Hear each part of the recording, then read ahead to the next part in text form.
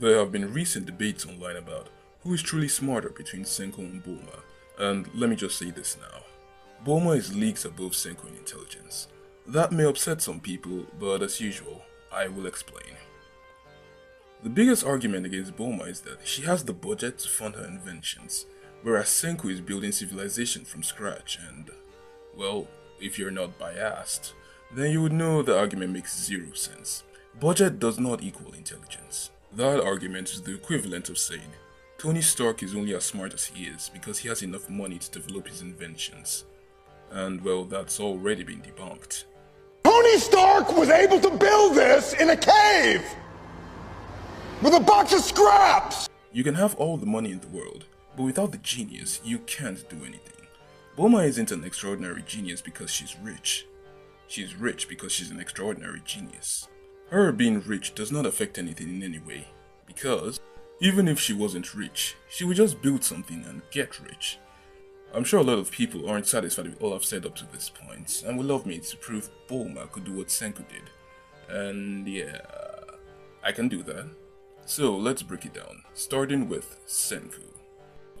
Alright, I'm just gonna drop a bombshell here. Now, I'm in no way downplaying Senku when I say this, but you can do 50% of the things Senku has done. Let me explain. Almost everything done by Senku is taught and can be replicated in real life. Chemistry, physics, industrial chemistry, astrophysics, organic chemistry, ranging from topics like levers to aerodynamics to thermophysics, etc, etc. Senku is a walking physics and chemistry encyclopedia for the real world, which means that anyone with sufficient knowledge can hypothetically do things Senku has done. Well, maybe not everything, but a great deal. Most of us have an idea about the things Senku invents. Why? Because in some way we have been taught some of it in school.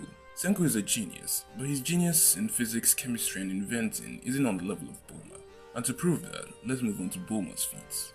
Now, everyone is bragging about how Senku reinvents pulleys, electricity, telephones and even the spaceship in ancient civilization. Now let's look at what Bulma invents in an ancient civilization with no money and no advanced technology. So, Bulma came to planet Namek, along with Krillin and Gohan. And Namek is basically how life without technology will be. So get this, Bulma was lonely, wishing she could talk to someone, so she came across this frog that could seemingly understand what she was saying, but couldn't talk back. So, she built a collar that could translate the speech of any living creature in the universe, with a box of scraps. No! Change! No! Yes, you heard me right. Bulma invented a universal translator with a box of scrap metal, on the spot, on a planet without any technology, simply because she wanted to talk to a frog. I think I can end this video here already, but I'm sure some will still argue, so let's just add some more feats. Next, Bulma as a teenager invented the Dragon Radar, a device that can track the magical signal emanating from Dragon Balls. Yes, Bulma as a teenager figured out how to use science to track magic. And as an adult in Dragon Ball Super, she invented a larger Dragon Radar that could locate the Super Dragon Balls across the entire universe. Now, I'm gonna hear some people saying Bulma can only do this because she lives in a futuristic society. This just shows they didn't watch the show, because virtually all commercial futuristic tech on Earth, in Dragon Ball, was invented by Bulma and her father. If you see anyone using this argument in the comments, then it's obvious they didn't reach this point in the video. Next, Bulma reverse engineered an alien spaceship twice. The first was when she fixed up Kami's old spaceship so that she, Krillin and Gohan could go to planet Namek. And the second time was when she reverse engineered Supreme Kai's old spaceship that comes from the Demon Realm, that is literally a separate realm from the universe itself. Bulma invented a watch that could shrink and unshrink herself as a teenager. She also... Don't forget to ask them to subscribe. Well, I was gonna do that at the end of the video, but... okay. If you're enjoying this video, subscribe to your boy. Your boy is me, by the way, just clarifying. She was able to reverse engineer Saiyan armor, capable of withstanding galaxy-shattering attacks. She was also able to invent a room that seems to alter, if not truly alter, gravity by hundreds of times. Bulma is smarter than Dr. Gero, who not only enhanced Android 17 and 18 to be able to take on Universe Busters, but also engineered a bio-android Chimera, made from the DNA of several Saiyans, Piccolo and Frieza, creating a life form designed on a purely cellular level to embody the combined abilities of these three races. Some might even say he created the perfect cell. Bulma is smarter than her dad, who invented anti-gravity cars and figured out a way to shrink and unshrink matter using the dino caps, which Bulma herself goes on to make on several occasions. I don't think you guys know how impossible it is to shrink and unshrink matter. Now, the feat that solidified Bulma as the character with the highest raw intelligence for me in anime, right, was this.